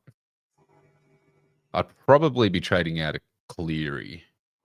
I think Lindsay was probably still viable. I think so too, but again, I was saying to him today, it depends who's got the worst break even at the end of this round on the Sunday game. Well, yeah, that's exactly it. Exactly it. You'll have your answer by end of round. And that's the thing, is all this sort of stuff. It's good to have plans now, but wait until all the dust settles for the round and all the players that you want to trade or not trade have played and you get to know a bit more information. Will I trade Sheezel to Mills? Mills breaks down fourth game and Sheezel turns a halfback role. Can you imagine this happens? It would too. Clarko would do this to us. Definitely. Man, but no, hopefully Mills turns out. Everyone's going to be watching Mills this week. For sure. Hopefully he's decent and is a viable option for us because we're all begging for a cheap option to move someone to. Thoughts on when to get the Bont? Has a 150 break even. Go for it round 12 or wait one more. One more for sure. I still think you wait. Yeah, I still think you wait. You got to for these big guys. You probably have to play the cash game. Like, I don't think at this stage you can really be paying up for players. Like, I wanted to get in Dacos this week, and it wouldn't have been a horrible trade in, but he still lost a lot of cash, even scoring 100. So I can still get him cheap next week, which is the plan. So we'll see how we go. X, how the hell did Dale get up to 80 after that shocker on Thursday, Arvo? Kissed by CD. That's why. Someone on CD had Dale. That's literally it. But I called it too. I was telling everyone that, hey, Dale had a ripper game last week. He's going to absolutely shit the bed in GMHBA. He hates GMHBA Stadium. Absolutely hates it. So you guys got on the roller coaster. You guys knew what you were doing. Zorko had a fair few absolute mere moments as well earlier. Still got a 120. Like, how good Zorko though? Like, yeah, he's had a bit of a quiet game, but they look for him to be used in so many ways, not just distributor. Like, they look for him in the midfield. Like, he had some massive inside 50s. Yeah, and the opposite to that, when he doesn't get around the ball, or he will like start chasing the ball himself and actually start to come up to stoppages as well. He gets pretty hungry. Like if he hasn't touched the ball in 5 minutes, he gets pissed off and he comes up to the stoppage and plays as a spare. Yeah. And it's also just funny to see him get into a little smoke fire. Like little not even so much fights, just little things to get under people's skin, as he does. Like Valentine. Yeah, exactly. I used to be that kind of guy, though. I still am. I just like egging people on. Really? You don't say. Totally did not pick you for that, Brad, at all. You've seen the group. Sure have. Cheese probably doesn't matter if Boxall is sub, will still only play 50%. Yeah, true. Good point, Cheese. True. Skits can confirm as a lefty we are superior. And I can also confirm this because I also am a lefty as well. That makes sense. Makes sense. Highest scorer on my team is Comedy Gold.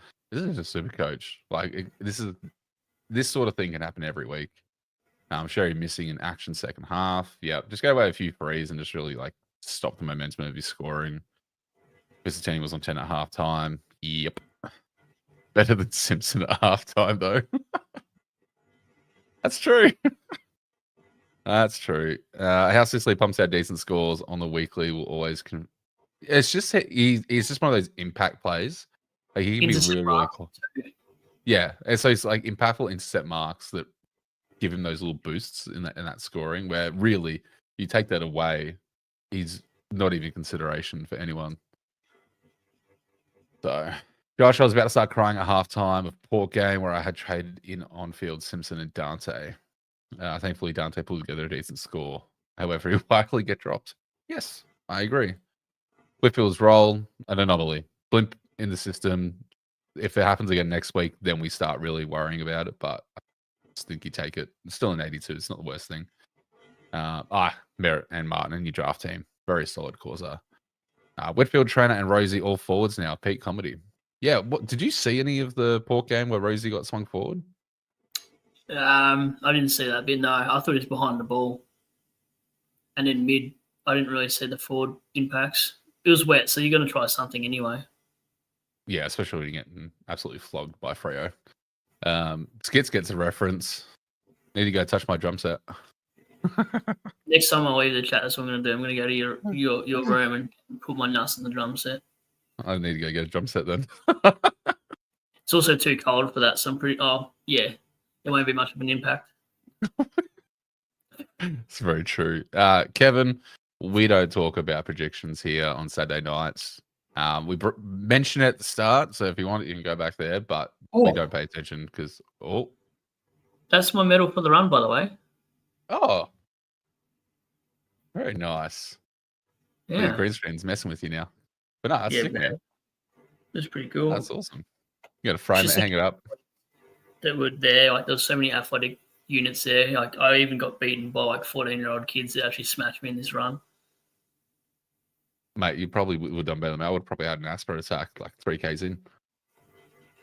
2Ks in, my quad started seizing up, and I was like, oh no, I'm only a third of the way here. Getting overtaken everybody, and still went pretty fast considering I haven't really trained for it because of 2 foot injuries, but I'll always use excuses for that. Yes. Man, look, I have many excuses in the chamber when it comes to running because I'm asthmatic. I get shin splints. Like I had good practice because anytime there was cross country at school, and many Australian kids would probably remember cross country in school. Oh yeah, yeah. I always walked it. Always walked. You were that guy. Yeah, I was that guy. I was part of that group that just we're not doing. Did you stake me as a guy that used to like, instead of wearing your school jumper, you'd bring in your leather jacket. Were you ever that guy? Leather jacket? What the fuck? Bro, I promise you I did not own a leather jacket going through school. The fuck? Maybe I'm projecting because I used to every now and then. Yeah. In primary school. Yeah.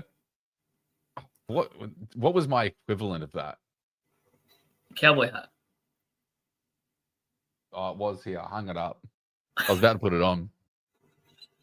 Jonas would have loved it, but Jonas isn't here, so he doesn't get to. I only put it on when Jonas is here. I just think of Red Dead every time. Yeah. Arthur Morgan. Yeah. Auburn. Anyway, I'm insulted that you think I was one of those dudes that puts a leather jacket on. I'll have you know it was probably denim. I don't know if that's better or worse, but you know. That's typical Geelong things, I guess. I reckon it is. Frankie, Hal McRae, and Horny Man got in Shite and Simpson. I mean, look, it could work out for you like when these guys come back because you will be ahead primo wise, but yeah, bit of short-term pain for a long-term game potentially. Geez, how's Zuko plays today is why we started him. Hungry for it. He was getting involved in nearly every chain. He's just such a star. This is the thing. He's so picky. Like he shouts for the ball. Even if he's 14 meters away, he still wants it. He doesn't care if he doesn't get paid the mark and it's play on. He still wants it. It's so good. Yeah, very impressive. Meek is going to be dirt cheap. I'm not looking at Meek as an option. There's no way you're fiddling with a ruck at this point. I think Romo was your last chance to get another ruck in flex. I don't think you're looking elsewhere at this point.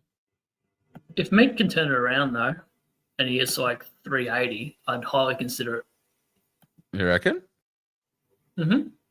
Would you move Marshall down to him? Yep. Ooh. I just need to see 2 back-to-back tons at about 380, and I might do it. It just depends if Marshall peaks. Oh, he's definitely injured. He's got to be injured or some shit, though. I'm going to have to wait for him to turn around properly. Yeah, he's definitely carrying something. Oh, he's got Cameron, then English. And he's got Adelaide. And he's got his bye. And he's got Sherry. Romo. Yeah, it's not the worst runs. Especially if he bounces back in form. Who would you fit out of Boxall and Gross? Yeah, we both said Gross would be our main one there. Rosie was forward, was resting, not for long. I guess people just having a bit of a moment. Yeah, bit of a moment, stress moment. Don't do the early crow, guys. We see it too much. Let the game play out. Everyone's prone to it. We all do it, but let the game play out. Your players will bounce back. I think Dacos next week is something most people can't miss out on. Yeah, 100%. 100%. If you didn't have, you have Dacos or don't have Dacos? Nah, I antibodied him. Yeah. Are you planning on looking at him next week? The week after. His break-even next week's 118. Ooh. Don't tell me that because now my plans are going to shit for next week. Wearing a leather jacket as well. That's why it's an insult, Jack. That's why it's an insult. I feel like if you're wearing a leather jacket, you're also the type of guy that's wearing like a fedora to school. Yeah, well, I used to wear a leather jacket in primary school. That's what I was projecting. Yeah, but were you like the leather jacket as in like I'm a bikie, or like leather jacket as in like I'm from like the Grease film? No, like I'm Matchbox 20 sort of vibe. I remember I sung a song in. From my music production class, whatever you call it, I had to sing a song. Everyone had to sing a song, and I did I'm Not Crazy, or whatever you call it, by Matchbox 20. I'm not going to sing it for you, but yeah, I had to do that in a leather jacket. I want to see. I want you to remake this. If we ever go to a karaoke, I'll definitely sing that song. But I'm not a good singer. All right, Jack. When you come down back to Oz and we're going for beers, there's a place in Geelong that I know does a karaoke night. I know which one you're talking about too. Yep. Yep. I won't say it because it'll be a complete dox. Not that we've done anything to keep our stuff too clean, but we know a place. Brady, any plays on a 4% you've been sniffing out and not telling me about? No, only Jeremy Cameron at 4.1% and Tom Stewart at 2.6%.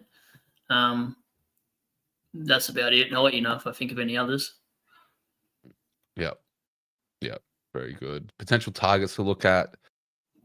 Oh, I don't even know at this point. Stewie. Do you know why I grabbed Bolton this week is so I can buy Jeremy Cameron and Tom Stewart next week against West Coast. There you go. And does that stack you for the round 16, or are you pretty balanced there, even with those two? It doesn't really hurt me too much, but I just like them as eventually D7 and F7 picks, which is a little bit early to go on, but they're bugger all, and I just want ceiling scores in buy rounds, and they're the guys that could do it against the opposition they've got. Couldn't agree anymore. Jack, what I missed? Let's go to the store. Miss 30 minutes. Have work at 6 p.m. my time, but we'll be here until I have to go. What a legend you are, Jack. Hope work is going to be well for you. I don't think you miss much, to be honest. Usual shit talking that we do. Literally it. Yes. Did see that. Did you end up seeing that like 100-meter goal in the VFL? I think she sent that to me or one of the groups. I don't know. Yeah, it was huge. Yep. Massive talk too. That's crazy. Cheese reckons he can do that. That's what he was doing back in the day, he reckons. He's so full of shit. I love that boy though. We love Sheezel. We love him. But look, Sheezel, we need proof of this if you're gonna start making these claims. If I see any more heinous claims to fame for you, Cheese, we're gonna have to start seeing you post stuff on Twitter of like evidence. That includes the leather jacket. The funniest voice notes from him too. Oh my god. Oh yeah. I'm still yet to go through all the voice notes in that group chat. It's like I just love sending farts, to be fair. He's not lying, guys, when I tell you that. He will literally send a voice note and then caption it just saying wet. Don't expose me like that. Let me expose myself. You literally just started it. You exposed yourself. Supercoach, like, welcome in, mate. Thanks for hanging out with this absolute legend. Make sure you guys go check out Locke's channel as well if you haven't already. Absolute legend. So does some really nice stuff. Just a chill guy all around. Go check him out. Bobbers not need to play a mid-season draftee the day after being selected. 100%. They're going to be drawing all the kids in just to play and get a full team. Great. I reckon he's subbed. Yeah, I reckon he's probably a better chance to be subbed than Boxall. Again, any VC is on Sherry. Take it, please. Agreed. Cheese might have to pull someone off the street at this rate. Yeah, you're going to see Brad Scott on the corner in Essendon just being like looking for players. Literally. Jack, he's 100% there for karaoke night. I'll show you how to use the pipes. Got a bit of a voice on me quietly. Fair enough. I hope he's doing that vocal. Yeah, I'd hope so too. And I hope it's singing and not some hotline work that you do after hours. Makes a bit of cash.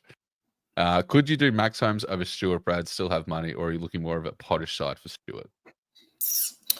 Not too sure, but I'm looking at. I've got 2 players I can grab for $467,000 each, roughly. So if one's 500 and the other's 430, yeah, potentially, yes. Yeah. There you go. I don't mind Holmes. I still think Holmes. I think Holmes is better with Stewart in the side, and I think Stewart's better with Holmes in the side. So I think they complement each other. Kind of want pods in top 100 at the moment too, or else I'm never going to get anywhere. Yeah, and that was pretty much same method thinking for me, but it's also why I grabbed Holmes is because I have too many pods. I'm trying to create some blockers / safety nets for me because I've got a Richards, a Dunkley, a Newcomb. I have a Green now. You know, all those sort of things I needed to balance out some things to not feel the damage as much if a pod fails like a Newcomb and a Holmes goes 128, for example. Plus, I wanted a Geelong player. Stewart was kind of nowhere to be seen when I was making the trade in. So Holmes was it. Jack, haven't been to one of these in a long time, just want to stay in for a while. Well, I appreciate you hanging out with us, mate. As I said, wasn't around last week. I was doing commentary gig, and I won't be around next week. So unfortunately, there won't be an After Dark next week. So I'll be on a little family vacay for the weekend. So just remember, there's life outside Supercoach, guys, and make sure you go enjoy it, please. Supercoach, hey, yeah, what? What do you want? What do you want, Cheese? We're just calling you out. We just want evidence. That's all we want. Not too much to ask for now. Come on. Jack's sending that voice note to me talking. Don't spoil the voice notes, Jack. I still got to listen to them. CWT, here's a wild one for you, lads. Mills plus 130 in the bank, or swap to Rao and field Carroll's 47 down back. Oh. Ooh. Do we go early on Mills? I actually don't know. What do you think Mills scores? And that would be the difference of Carroll's score. Let's say Mills goes 80, worst case, you're banking 33 points, where you grab Rao. I feel like it's a much of a muchness, though, whichever way he goes. Maybe the Mills. thing is, though, Mills yeah, pod too. Jump on early. Mills would be a pod for an early Against Melbourne. Yeah, if there's a game to go early on, it is against Melbourne. Yeah, I don't mind it. I definitely don't mind it. One thing I do throw off in consideration is because you don't have the Simpson pretty much 0. If Carroll's your 47, it's going to drop out of your system anyway. Yeah, that's true too. So there's that. I think either way, his wild shot will probably pay off anyway. Yeah, honestly, follow your gut. You're doing well this season, mate. So if you think Mills has a good chance to pretty much pick up where he left off with scoring potential, go for it. And I certainly looked at Rao this week anyway, so I think they're both good options regardless. Yeah, I don't think you can make a bad decision here. No. Jack, unlike you, Brad, almost got to follow through. Don't know how you do that on command. I don't do them on command. I just randomly have one. I'm like, I better open up my chat because I need to hear this. It's like second nature to him now. He's like, oh, and he just starts recording. It's not even a... Yep. Next time I get DMs about Supercoach sides too early, I'm just going to send you a voice note as a fart if some random does it to me. What do you think of my side? Just send him a 4-second voice note. That's perfect. Jeez. Yeah, if he's sending a 4-second voice note, you know exactly what it is. Good one for you, Brad, since you're a Tigers man. Campbell Gray. I know some people are asking questions, but we're worried about Bolter and his influence. If Trainer's dropped, then short answer is probably yes for Gray, because I think Gray will maintain his spot over a Trainer for a period of time. If it's just a like for like and Gray comes out again for Bolter, you know they can't be in the same side together. So I think it's hard to tell Richmond too, because if Sims gets dropped, then Gray probably plays. So you just need one of those tools to come out and he gets the gig. I assume Ryan comes out for Nank. Yeah. And then going forward, they're going to have to pick one of Gray or Sims, I think, is a huge shout, one of them to drop out potentially. Yeah. I think Trainer, surely they've got to give Trainer VFL time, though. I'm not hot on the Gray pick, though, because I noticed at any given point, unless we have an injury down back or forward, that he's probably the first to go out of our 23. The only good thing about him is he can play forward and back. So we've also got Jacob Blight in the VFL, who's a defender. It's really hard to read on Gray. Even as a Tigs man, I've no idea. Uze does some random shit. So I rated Blight too. Like I'm not like I reckon he'll get another crack. Like they're obviously waiting for him to develop in some aspect. Do we know? You probably don't know, but I'd be curious to know if he's playing forward in the VFL because I know they threw him forward a couple of times. For who? Oh, Blight. Sorry, Blight's normally played as defender in the VFL from memory. Okay. Yeah. Interesting. Generally speaking. Yeah. Oh, like he might be one of the only downgrade targets we might have potentially for a rookie. I'm not sure what other rookies are putting their hand up at the moment, but Jesus is apparently going to send some evidence to me. I'm scared.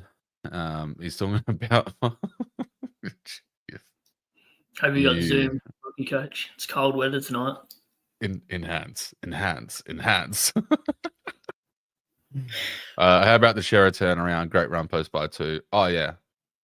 How good's Shera been? Like for a starting pick, you really can't ask for better. Yeah, it kind of pissed me off the other month when people, or not even, dropping him off those 280s. And if you didn't watch the games, the 80s didn't make sense to you. But the same week, people were talking about Daniel, and I said the whole entire stream, don't worry about Daniel, don't worry about Shera, upgrade around. It wasn't even a hindsight thing. It's just a natural thing with those two players that they're going to be fine. I could generally be confident hanging my hat on those two. Not so much theories, but just practical picks. And just, people get so reactionary over that kind of shit. Whereas Sheezel was different. The role has definitely changed the other way. And then when you bring in Fisher and, there's too many other things, whereas that's more obvious. Whereas Achera was just due to the injuries that they had he had to go back for a quarter. Exactly. The week before that, Adelaide pumped them. Like, what do you expect at Adelaide Oval? Yep. Yeah. I said 142 and then a 122 this week. It's just nuts. So good. So good. Mm-hmm. Gray's actually low-key a good one, Brad. Not a bad player for your Tigers. Very good. Yeah. As in a player, but just I don't know what his job security is like. Yeah. I think he suits the Tigers team. Like, Yeah. if we're talking outside of Supercoach, then yes, absolutely. Definitely. He fits in very, very well. But yeah, Supercoach, it's a bit hard. But again, as Brad said, like, these downgrade targets, when you get to like the tail end of the season, you're hoping just for a warm body. You're not really going to flip these guys towards the end. So maybe he's fine. Like, if he holds a spot or plays every second game or whatever, like, it's good enough. I've seen a fair bit of conversation about this as well regarding Jack's comment. Matt Kennedy from the Dogs has been stiff with points. He's been a huge pod. Yeah, he kicked 3 goals and only scored 91. That was a bit shit. Yeah. Do you think it was just the stretch of the 3,300 points just not going his way, or probably underscaled? Yeah, for sure. But no one's looking at Kennedy now with all the options we've got. You could name probably 6 or 7 more appealing players, and you also can't load up on one side anyway because people already have Dale. They're targeting Bonds. The few of us have, Richards as well. A lot of people want Webber. You probably don't want one in each line, although I've loaded up on Fremantle players. Yeah, but fair shout though. He's been good for like maybe the start of the season where you didn't necessarily know where that last 2 or 3 slots of the forward line were going to sit for sure. But now it's kind of clear where everything's kind of sitting, or a little bit clearer at least. So he's been good, but if you've got him, he's not doing any, like, he's not creating any holes in your team. He's just probably maybe a loop option. Yep, Cheese thought Blight was stiff to be dropped too. Was great in the back line, took him out to play forward. Yeah, I saw him. They swung him forward a couple of times. He got unlucky there. He took a few big hits, and I think he had some shoulder problems as well. But like he's such a good body to have in that back line. Like he'll come good. He's going to be one of the like better players that hold that team together in the coming years for sure. Big call. Assuming he doesn't go anywhere. Yeah, that's right. I said to my dad, in a couple of years, watch his progression. I reckon at some point in his career before he retires, he'll become All-Australian. That's how good he's looked at some points of the games. Like, he's been intercepting king. If they're staying back, I reckon he's a shout for it. But if they're staying forward, I just can't see it. No. Yeah, they have to keep him in the back line for that to happen, for sure. Jack says, trust me, I know all about cold weather and sea. I'm surprised you don't know the little like hot pocket things that you just constantly keep down there just to make sure it's ready at all times there, Jack. Matt Kenny has to pay the bond tax, remember. 20 points go straight. Yeah, this is the thing. The bond tax seems to be real. He wasn't really that influential the whole game, but somehow manages a decent score every time. Yeah. It's ridiculous. Cosler got rid of Cherry due to bad buy. Also wanted Dunkley and Warner in the 1 week. I mean, it's kind of a break even then, I guess. Like, Dunkley and Warner have been decently good. So it also depends on when you did the trade. Like, if you did it before his 2 big scores, like if you got Dunkley in the last 2 weeks, when he had his 130 and 110, and he had Warner's decent scores, that's probably a win. Yep. I would say. Everyone's point of view for what they want to do with their team is totally different. It's easy for us to say that was a bad trade on their behalf, but it might suit their side better for Corey's side. So I definitely do get their takes, but just as an overall perspective, like, it just, for the majority of competition, sometimes it doesn't make sense what they're doing. Facts. Like me, like the majority of competition went with Bolton, and look at what we did in the wet. I didn't realize it was raining too because I was feeding my little one at the time, and I didn't watch any of the pre-game. I don't know if I would have switched to Sarong because it was a wet game, so it would have been more contested. But being a wet game, I almost would have gone, maybe I do take a punt on a Sarong or a Heaney here. But I switched 10 minutes into the first quarter. I was like, no, not Bolton in the wet, please, no. It's just not going to be good for him. But need the cash. Need the cash. That's what I mean. You just needed to do something. You need to make something happen. And there's that, because we were speaking about it before as well.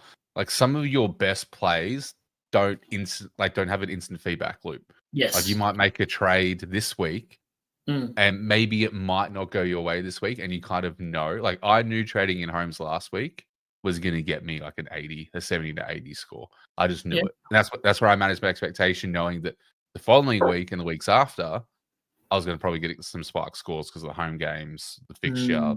I wanted the home stretch. I knew that down the line, I'm going to get my return. I'm not getting it this week. And it's just knowing that. And like the same thing with Chai. Like you were hoping for a spike score again, but you knew that you could possibly get, the 70s and at worst a cash grab. So, man, he was on like 60 with like a couple minutes to go because I was like trying my hardest not to look at it, but I was like, oh no, please don't end on the 60. I'm going to cop so much Twitter or whatever. And like, you just got to be gut feel at the end of the day. You can't get everything right. So I'm not saying I'm perfect by any means, but like, I feel like as long as you get, I don't know, at least 70% of your trades right throughout the year, you're laughing. Yeah, exactly. And that's the thing, is you're not going to get everything right. And this is why it's so hard, because sometimes you feel like you make the right trades and it just doesn't work out. And it's always tricky because you're just going to have those weeks. Yep. You can't get everything sorted. So I'm just going to quickly do a quick post up because we will probably wrap up in 30 minutes. I'm just going to quickly put a status up to get any late night owls into the stream. So what are you, out of the games tomorrow, do you have anyone that you really need to step up for your team, Brad? Like any pods? Perfect timing. The little one has decided. So while we wait for Brad to come back, I'm say hi. All right. Just putting this little post up now. Since my Twitter's working apparently now. All right. So back to the comments. Thanks for waiting, ladies and gentlemen. Jack, us four have Richards, Cheese. Oh, wait, I forgot you don't. Everyone's just giving Cheese shit. This is why we love you, Cheese, though, because you take it like a man. Take it on the chin. Why would I have Richards and I can because they score me 80s like Newcomb? Newcomb didn't even score 80 this week. Like, it's ridiculous. I'm so over Newcomb, Cheese. Like, why did we do this? Maybe we should VC'd him like we did last week. Because we VC'd him, he actually did well. Maybe that's the catch. Damn. Who let me convince myself to bring in Newcomb? Like, he's actually nuked my team. One player from the cycle has been watching has been Mansell. Looked really good. Oh, Mansell's a good shout. What did he end up doing? Let's have a look. A 40. What? I hope we're not talking Supercoach, Jack. Harry, if you have Campo, Patton, Trainer, Simpson, Haas, and Sard, what is the plan? And that's also holding the horny man. Honestly, I would probably wait to hear back on like how far away the horny man is from on Tuesday regards, because he was apparently running back, but it's not about the running, it's about the quick stop and start. Like that's where it really like affects the general like hamstring stuff. So Patton, I don't mind holding for the DPP. Trainer, you could like it just really depends. Like Haas is gone. There's no way Haas is getting another crack. I mean, if Newcomb gets suspended because he decided to be like Brock Lesnar and bloody dumped someone WWE style, then maybe Haas gets another shout. If Haas comes back in next week, I'm actually gonna find Sam Mitchell, the midget Mitchell, I call him. Thanks to the Insight Boys. And I'm actually gonna have a cry at this point. Patton, I'd keep for pure. No, Campo, you can't really do anything with. He's done nothing. I just move on the guys that you've got cash on and try to make something happen. Sard's got good DPP. Patton's got good DPP. The rest just trade for cash. Lizard King, Walsh, Dacos, and Strong all copped unders in scoring, in my opinion. Walsh was a tricky one. Walsh, I feel like definitely was unders. Like I was actually looking at Walsh after bye because the run's actually pretty juicy, but I think Shearer is going to consistently probably score on par or even better. Walsh is always going to have his spike games though. Like his floor, what's Walsh's current like lowest score? Let me get this up. I need to share screen. Bear with me, guys. Let me get this up, and then let me share the screen. Oh, it's gone back to this bloody layout. Nope, that's not what I want. Well, this one. Guys, I'm professional. I've done this before. Okay, so who are we looking at? Looking at Sam Walsh. So, has a floor in the 80s, has a ceiling in the 140s, right? So that's good. Sorry, not Wash. I don't know why I just saw this comment. Washcroft. Right, I got you. It's all right. So, now correcting that. Let me go back to this comment that you had up here. I didn't actually see much of Will Ashcroft's game, so maybe unders. Dacos, I don't know. I think Sarong definitely unders though. I think the man is back. Welcome back. What's going on? I think I'm back for a little bit, just multitasking at its best. But yeah, would I miss anything? That's right. Nah. We're just debating on if Will Ashcroft, Dacos, and Sarong all copped unders in their scoring. Oh, yeah, hard to know because like some of you guys might have already said, but sometimes the points are already filled up, so you don't get any extra points because they've already allocated 3,300. Yeah. That's like, it's so hard because like you're like, oh, they could have scored more, but if you had someone else having more impact, like of course they're going to get the points. So it's hard sometimes. Yaron ended up making, yeah. I think it depends on when the game's close as well. Like the first half, if your player is absolutely dominating, they generally get points for breathing throughout the third and fourth quarter. And negative effect if your player has a really bad first half. No matter what they do in the second half, it seems like their points are halved compared to what other players have been doing throughout the rest of the game. In my take, anyway. No, I agree. Ended up going with a really chocolatey thick shake, says Yaron. Now he feels sicker than he does looking at his team. Can't do thick shakes. Can't do them. Just give me a milkshake. Jack, excited right now. He's booked his tickets back to Oz for May next year. As one of his mates getting married. Very nice. Asked me to be the groomsman, so kind of had to. Yeah, look, you kind of forced to then if you're part of that group. Cost him an arm and a leg, but he's definitely going to try and come back around November this year and stay for Christmas. Ooh. Well, if you get around to the locals, mate, let us know because we'll definitely grab a beer. The logic was there with Nuke. His next four when we got him was juicy, but low key. But it's not even low key, cheese. It's high key. Yeah. Like he literally decided to be a WWE superstar and do a bomb. Like he literally just was Brock Lesnar and just dropped him. And it had good form too. It had better form than his usual tackle. Like he actually probably has a better career doing some WWE shit at this point. It's ridiculous. But Jack, non-Supercoach for Mansell. What do you think of Mansell? Your old man loves Mansell, doesn't he? Yeah, he loves him. I love him as a player too. Dad reckons he's probably one of the toughest players for pound in our side and just never gives up. He's very much like Baker. Like he'll continue to fight even if the team gets flogged. He'll put his head over the ball. He's not really afraid of anything. It'd be nice if you hit this scoreboard a little bit more, but like where we're at as a team, yeah, he's a fantastic player. Yeah, it's one of those players like when you think of probably like the staple players in I don't know a few years, you probably hope it's a Blight, you hope it's a Mansell sort of thing. So, definitely like that. Liz King of North.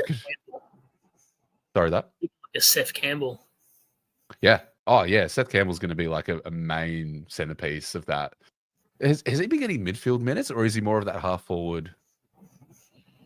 I just feel like it feels like that because he pushes up to the wing a lot of the time, and he'll try to chase, like a two-way runner. He'll push up, then he'll hurt you on the back end of it, like keep going with the balls moving forward. So he's a great player. I'd like to see him in the midfield actually. Him and Steely Green to get a few CBAs would be nice, but I can't see it happening. Yeah, for sure. Hopefully North can pull their finger out. Comben would be the guy next season. Comben actually has a lot of potential. Yep. He's just in a bad team. Just in a bad team. If he moves clubs though, like he's definitely someone that could be very Supercoach relevant, like in the next few seasons. Jack's having a bad feeling that Newcomb gets a week, but yeah. Me and Cheese were debating this because we didn't see it in real time. We're like, oh, was it that bad? Like, did he just like sling him through the jersey? I was like, oh, they'll get away with that. And then I saw the clip on like X pop up where it's like a full like just a bomb drop over the back, and I'm like, okay, he's definitely gone. Like, there's no way he's not copping a week. Yeah. If Nuke's suspended, he's gone. If not, I'm trading Sheezel for a second time. Yeah, fair enough. Fair enough. Lizard King, I agree. I'm a Lions fan. Feel that he didn't get as much as he should have. Yeah, so that's on Will Ashcroft. Hey, how good's Levi been as a rookie too? Yeah. I traded him out a couple of weeks ago too, so that's fantastic. That's all right. Bit of salt. I saw a lot of people jump off him this week too, actually. Yeah. Which again, like it's always going to sting a little bit when you have these. Like, I mean, I traded out of a Reed, and he's done amazing things since, literally. So, but the thing is, like, there's a time to be attached to rookies. Well, there's not really even a time to be attached to rookies. It just don't get too attached. They're there to serve a purpose, really. Yeah. To be one body on field, and then when you can upgrade them, you upgrade them. Yeah. Like, I wouldn't be surprised if Ashcroft has a down game next week. Like, who have Brisbane got next week? Just quietly, they got the Dons. Sorry, they're probably not going to have a quiet week next week. Yeah. Probably another 95 coming in for baby Ashcroft. Damn, Walsh at nearly 500k is kind of juicy though. This is my thing. So Cripps better. You reckon Cripps is probably the better target than Walsh? Yep. Interesting. What's Cripps's floor been so far? Walsh has have a look. So he's had one anomaly game of 56. Very similar floor to Walsh. Just hasn't had the ceiling game yet. But he has Essendon, West Coast, North, Melbourne, Dons again in the last round. That's not a bad shout. Not a bad shout at all. Jack is apparently taking us into the shower with him. We're getting very intimate here. I got the soap. You bet me to it, you dog. Mansell's a flog. You roughed up my boy Archie Roberts. Oh, jeez. I'll do it. Don't give him a cuddle. I know you hate the Lions, Brad, but who's your most hated Lions player? Oh, he's probably going to hate me for life now, but probably Cam Rayner and Charlie Cameron. Damn. That was already loaded in the chamber. That was straight off the hip. he's been holding on to that one for a little bit. Funny team list. In the finals, Cameron used to do that stupid motorbike thing. He used to piss me off. He did that today, just briefly, too. I hate it. Because it was funny on team list last night as Lalaw was full forward and Campbell centre half forward. Yeah. I never look at that. Hey. It's so hard to read in the team sheets, though, because they always chop and change, and it's never that accurate. Yarrow reckons Clarko's an awful coach. Yeah. I agree. Yep. I agree. Lizard asked how we're feeling about Stewart. Fool me 5 times. Well, Brad right here is very hot on him next week. And I definitely don't mind the trade in at all. You can wait a week too, because I think his break even is going to be around 87 anyway if you wanted one more look at it. But he plays West Coast, so he's probably going 130. Yeah. I like it. What do Mills and Kitty need to score to be traded in? I've given up on rookies. Just had a look at my last 4 rookie trade-ins. Carroll, Hust, Assad, and Simpson. I mean, like, half of these are just unlucky. Like, Brad Scott is an absolute pleb. He doesn't know how to manage his young talent. Simple as that. Carroll is just lackluster. Hust just unlucky again. Probably put that on the coach. And Simpson's just, again, very unlucky with injury. Like, there's not really much you can do with that. Kitty's not even playing this week, so no. There's a lot of concern on, like, just if he's going to be able to stay fit first and foremost. But Mills, honestly, if I see like a first game back in 80 from Mills, like, I'm interested. Yeah. If they get anywhere near 80, I'm fine with that because there's a price point. It's not really anything else with those picks. Like, their upside. You just want to see them have not a really bad floor. If I saw a 60 or 70, I'm probably turned off. But Coleman, like a 72 or 74, whatever, the week before, the roll looked okay to me. Yeah, for sure. Of course, it says Levi seems to be the favourite for Rising Star. I definitely agree, especially with Lalore being injured. Yep. Unfortunate there. A lot of injuries this week. A Mm. lot of injuries. Jack, not going to lie, one of the lines has been a sneaky pod this year. Is Fletcher. 2 years got the roll down back. Someone he's very keen on. What do you think of Fletcher? Because I've had a look at him. He looks like consistently around the 90s mark. I don't know what he scored. I think he's just draft relevant. Yeah. I don't think he's classic relevant by any. Like, he doesn't do enough to be classic relevant. Like, when Zorko retires. Yes. Great shout. Great shout. Yeah. Fletcher's always, like this season, he's been around that 80 to 90 mark, like pretty consistently. But that's just not enough for D6. Like, you want an ability to go higher into like the 105s at least. But in draft, that's probably a perfect idea. Like, someone you could probably pick up that not many people are going to look to grab. Jesus, they gifted Carlton in the fixture, didn't they? Just a little bit. Yeah. Oh, Jack's got a bit extra soap for you, mate. My missus would kill me. Probably she hasn't already, mate. You done well. Can feel the Cameron pick. Rayner is my boy, though, as per the team name. That's why I didn't want to say it originally, but I knew this was coming from Cheese. This is such a Cheese fishing comment. Like, I've never. I was waiting for this. Yeah, I knew. I was like, despite the round, it's not even about that at all, of course. But he's trying to get me. He's trying to get me baited here for sure. But yeah, no. Brisbane players are always only in the finals giving me shits. To be fair, Jack, like the last 3 years hasn't really been relevant for me at all. But they used to come up and they just used to give me. Oh my god, don't even get me started. But I remember when Dusty kicked 6 goals on you in the Brizzy finals. That's the only memory I really care about. There you go. Love you, Jack. There you go. I knew Cheese was going to give you some comment about that too. Oh yeah, I so knew that was coming too when I said those good players for sure. Was it? Yeah, Luke McDonald was listed for forward over Sheezel today. I hate McDonald. I can't stand him. Yeah, I don't like him. Yeah, we thought you thought Jasper Fletcher, mate. It's all good. All right, mate. All right, Cheese. You just pipe down there, mate. My tongue is fine.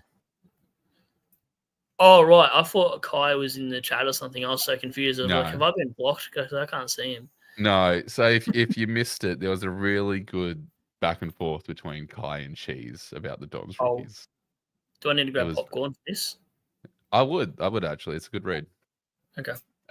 Lizard got here late. Sorry for doubling up. No, you're all good, mate. Just appreciate you hanging out with us. Did either of you go Jackson over Bolton in the end? I did not.